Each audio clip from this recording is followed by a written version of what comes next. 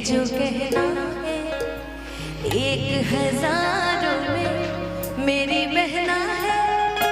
सारी उम्र हमें संग रहना है, फूलों का तारों का सबका कहना है। बहुत बहुत स्वागत मेरी पांचों बहनों का। आइए, मेरा एक बड़ा सुंदर एक भजन आया था जो कि मेरे से फरमाइश भी है और बहुत ही ज्यादा उस गाने को सुना भी जाता है कि राम जी के जैसन दिया सुनर दुल्हा ये बाबा। जब भी कोई लड़का जाता है भोलेनाथ के दरबार में तो हमेशा मांगता है कि भगवान सब हो के हुनर मेहरारू चाहे सुनर, नहीं दहेज में मांगी ले फॉर्चूनर। लेकिन हमारे यहाँ की बड़ी प्यारी एक बच्ची गई है, भाभी को समझ लीजिए कि मैं गई हूँ और मैंने भोलेनाथ से कहा है कि प्रभु जी अब मेरी एक ही विनती है आपसे कि सासू चाही मांगी जैसन, अरे दे बड़ा छोट भागी जैसन, कि सासू चाही मांगी जैसन, अरे दे बड़ा छोट भागी जैसन, हो जब बिया हवाए बाबा कि राम जी के जैसन दिया हमारो दुल्हा ये बाबा। क्योंकि हम जानते हैं कि हम भोलेनाथ से कुछ मांगेंगे तो पूरा हो जाएगा। भोलेनाथ मिजाजी ना है जी, शिव जी हमारे इतने मिजाजी है कि उनसे प्यार से कुछ मांग लीजिएगा तो सब कुछ दे दिए थे, तो हमारा ब्याह नहीं करा सकते हैं। तो इसी आज से जाती है और कहती है कि प्रभु कि सासू चाही मांगे जैसन, देवरा छोट भागे जैसन, सासू चाही मांगे जैसन, देवरा छोट भागे जैसन, हो जब बिया ये बाबा राम जी के जैसन दिया हमरो दुल्हा ये बाबा।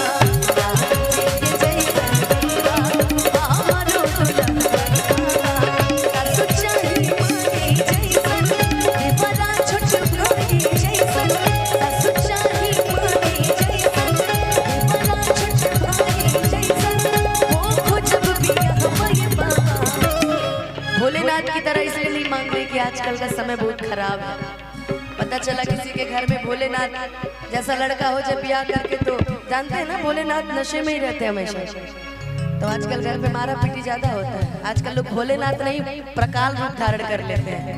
भोलेनाथ तो कितना प्रेम करते थे गौरव मैया से, लेकिन आजकल के जो भोलेनाथ बन के बैठे हैं भौकाल रूप है, वो क्या कहते हैं उसको, कभी कभी पिशाच बन जाते हैं सब, नरमुंड क्या था वो था ना, क्या नाम था, वो बन जाते हैं लोग, उसको पिशाच रूप कहते हैं। तो वैसा नहीं चाहिए प्रभु जी, राम जी जैसा चाहिए, सीधा साधा संस्कारी, कम कमाए चलेगा मगर मानने वाला होना चाहिए, है ना। कि राम जी के जैसन दिया हमारो दुल्हा